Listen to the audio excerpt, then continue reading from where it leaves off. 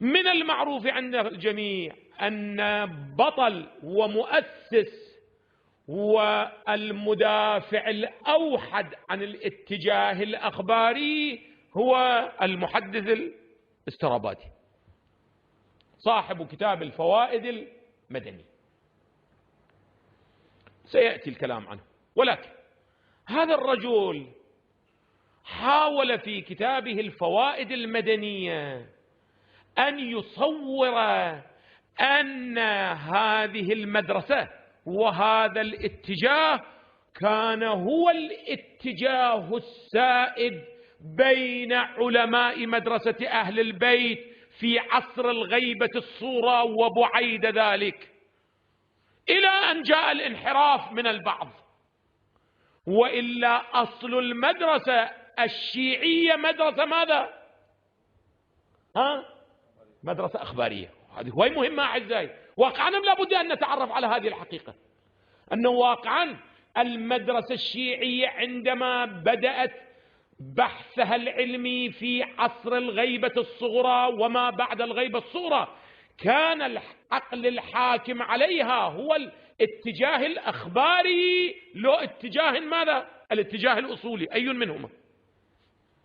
صاحب الفوائد المدنية أعزائي يحاول أن يشير إلى الاتجاه الأول، يقول لا، الذي كان يحكم هو الاتجاه الأخباري. في هذا كتاب الفوائد المدنية اللي هي مؤسسة النشر الإسلامي في صفحة 91 أعزائي فائدة، يقول: عند قدماء أصحابنا الأخباريين. إذن يعتقد أن المدرسة، لأنه هو الرجل مولانا متوفى 1033 القرن 11، تمام؟ إذن هو بعيد جدا عن القرن الثالث والرابع والخامس. يقول: عند قدماء أصحابنا الأخباريين كالشيخين الأعلمين الصدوقين، يعني الشيخ الصدوق ووالد الشيخ الصدوق، والإمام الثقة والإمام ثقة الإسلام محمد بن يعقوب الكليني.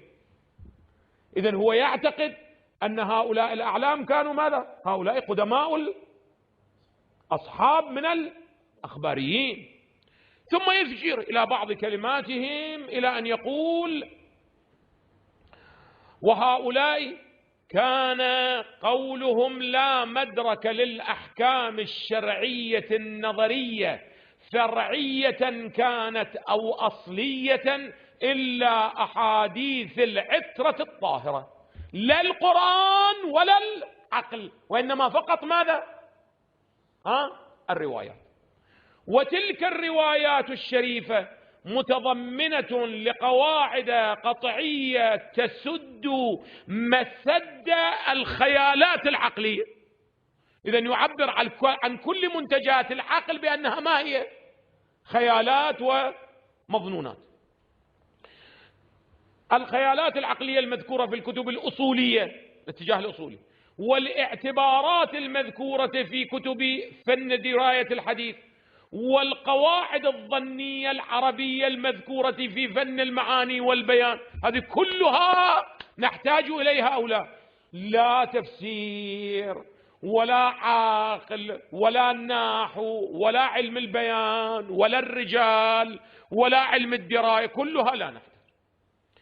قال: وأيضا قليلة الجدوى عند الأخباريين، وذلك لأنهم لم يعتمدوا في فتاواهم وأحكامهم إلا على دلالات واضحة صارت قطعية بمعونة القرائن الحالية أو المقالية. ومن هنا ادعى قطعية الكتب ماذا؟ الكتب الأربع. هذه دعوة من؟ إذن على هذا الأساس إذا وجدتم عندما يأتون إلى الأخباريين يقولون الأخبارية القديمة والأخبارية الحديثة، إشارة إلى ماذا؟ إلى هذا التقسيم، وهو أن الأخبارية القديمة اللي هؤلاء الأعلام، والحديثة من؟ يعني الاسترابادي ومن جاء بعده.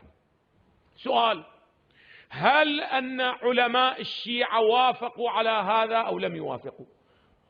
الجواب: قالوا أبدا، كلام باطل لا أساس له. هذه تهمة اتهم بها الاسترابادي علماءنا المتقدمين. أبدا احنا ما عندنا شيء اسمه أخبارية قديمة وأخبارية حديثة. لا أساس للمنهج الأخباري إلا من إلا المحدث الاسترابادي، وإلا قبل ذلك لا أساس لهذا البحث.